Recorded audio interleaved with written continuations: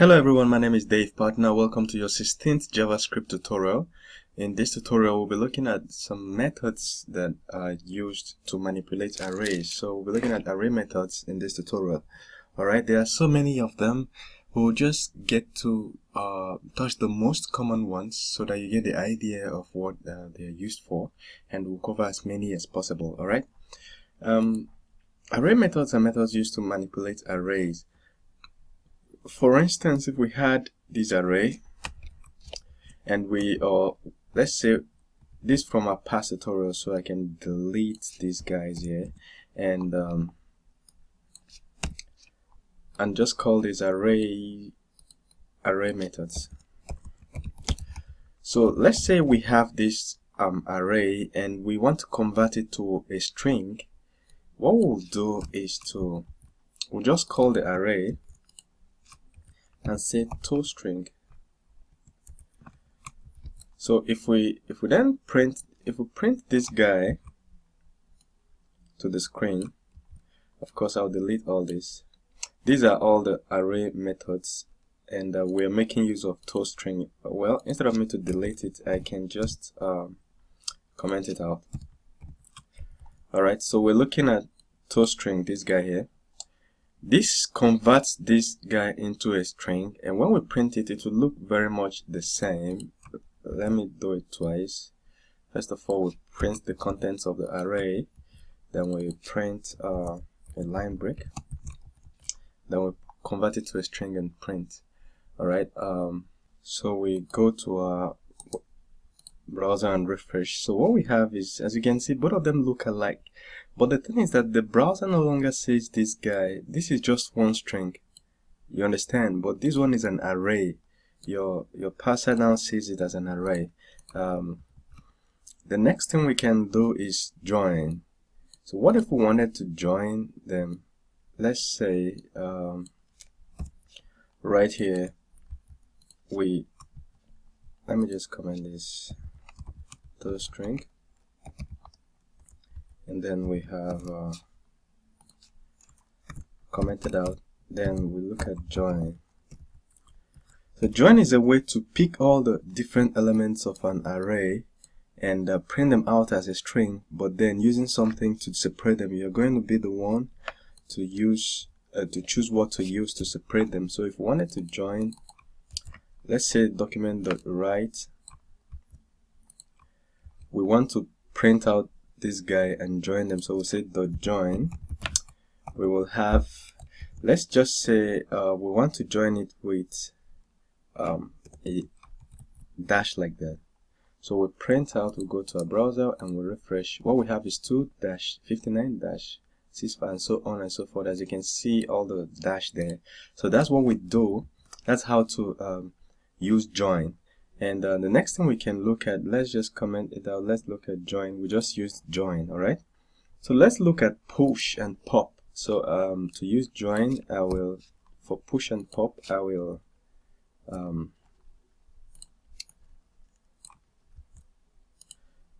let's just say output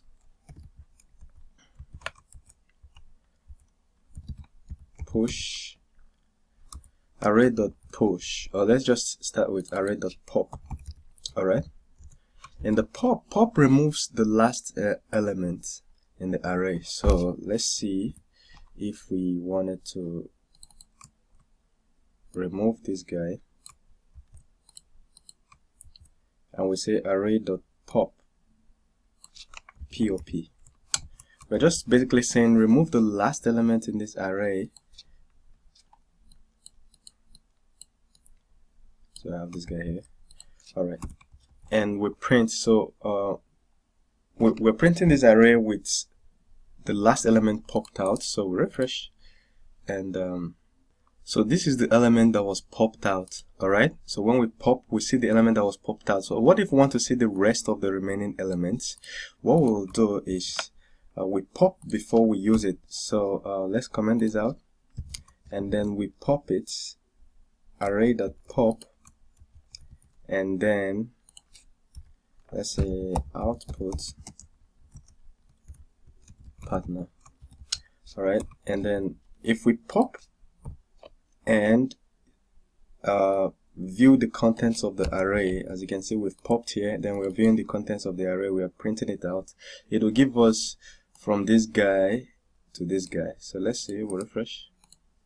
As you can see, we're seeing everything except the last element because we just popped it. Okay, and I'll just copy this and put it as output. I'll say output. Alright, the next one we'll see is push. Array, pushing an array is like adding a new element to it. So let's say push. So we have this array, numbers, and remember this is it, and we want to add one more element to this array. We'll just say array.push. What are we adding to it? We'll say whatever. Push whatever into the list of elements in this array, and the next thing is let us print it and see. Let's print what is remaining, the contents of this array here, and see. We refresh. What we have is this partner and whatever. So we just pushed something into it. So let's see shift. Array.shift kind of works with the beginning of the array elements. Let's quickly say shift. So we say shift, and we comment this guy out. Okay, let's just print, let's add the outputs, and right here we have output, and we have shift here. Alright, and shift is basically the opposite of pop. But instead of popping the last element, it pops the first element, removes the guy at the beginning instead of at the guy at the end. So let's say that we have our numbers array. I'll say array.shift, and we print the rest of the array to see if there is anything remaining inside. So we're shifting, we're popping the first, and then we're printing. So refresh. Remember that the first element is 2, so we refresh. What we have is that 2 is missing. Alright, 2 has been shifted from the array. So shift is just the opposite. The opposite. Okay, it's just pop. Pop from a different direction. From the opposite direction. Alright, so we will just comment this guy out, and we'll look at onShift. onShift is the opposite of push. It pushes to the beginning of the element, the array list. Okay, so we have onShift. Just like in push, we have to specify what we want to add to the beginning of the array. So we're saying onShift.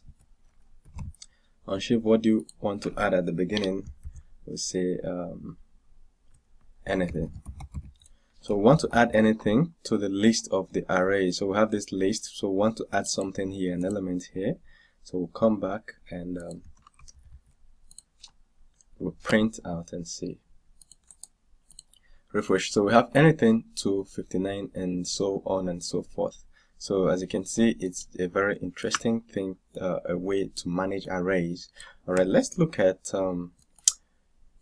what we've covered so far. We've looked at pop, push, and we've looked at onShift, and we've looked at shift. So let's see other interesting ones.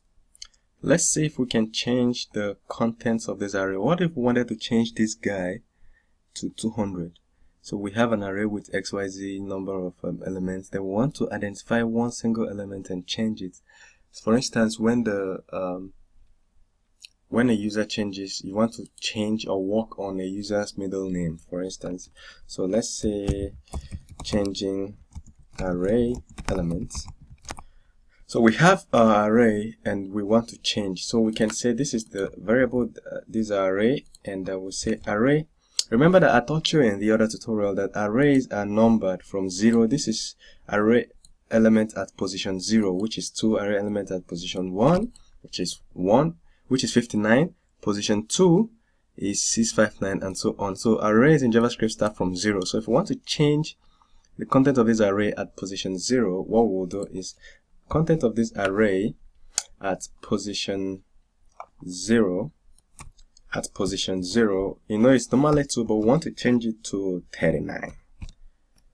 So let's print the content of the array and see whether it changed the first element to 39. So we print it out and we say refresh. So we have 39, 59 and so on and so forth, but it has changed this guy to 2. So what if we wanted to change Dave? Let's just try it. Dave is at position 0, 1, 2, 3, 4. Dave is at position 4, so we can say at position 4 put Ali, Muhammad Ali, and then we print it out and see.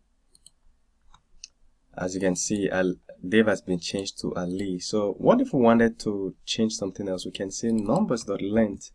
.length gives you the length of the array. First of all, let's look at .length, array length. Array length gives us the length of the array. So let's just print this guy out and say .length. So we comment this guy out temporarily, and we will refresh. It will give us a number 6, and that number is 1, 2, 3, 4, 5, 6. There are 6 elements in this array, and that is why we have the number 6. So if we want to add, remember it's numbered from 0 to 5. This is 0, 1, 2, 3, 4, 5, but then there are a total of 6 elements. So if we want to add another element here, you understand what we can do is to say whatever the length of this array is, you know, it will give us 6 instead of 5 because it's not being numbered, it's just the length. We can just add an extra number at the length of this array. That's a shorthand form of saying go to wherever the array ends and add an extra number. So if we wanted to push something into that array, we can just say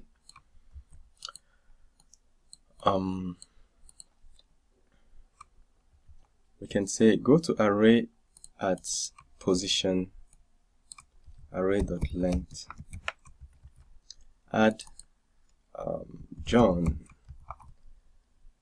Okay, why would I add John when I can add thisPartner.com?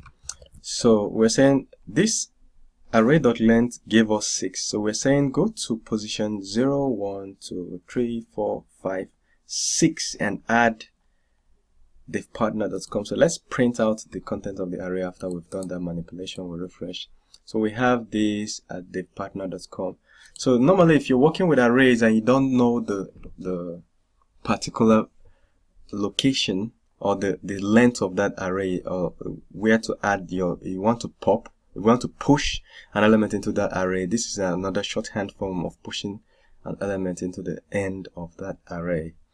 Alright, so what if we wanted to do the great evil thing of deleting a content of an array? Let's delete Dave. Dave is at position 0, 1, 2, 3, 4. Let's delete Dave at position 4. So we can say I'll just drag this guy down here to comment this guy out and say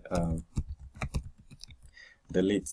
You can delete an element from an array if you know where it is. So we're saying that it is at 1, 2, 0, 1, 2, 3, 4 at position 4. So we're saying numbers at saying delete numbers at position 4. Then we print numbers again and see what is contained, what is left of it. So we refresh. As you can see, there are double let me maximize it. As you can see here, it has actually removed what is inside here and it's now undefined. It's now undefined. Okay, so let's just print out what the output is.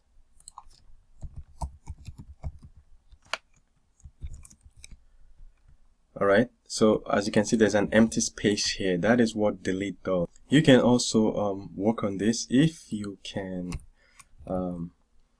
just set it to undefined or null. So what if we say array at position 3 equal to undefined, and we set array at position 2 equal to null. Then we print array numbers. So we print again, and let's comment this first guy out.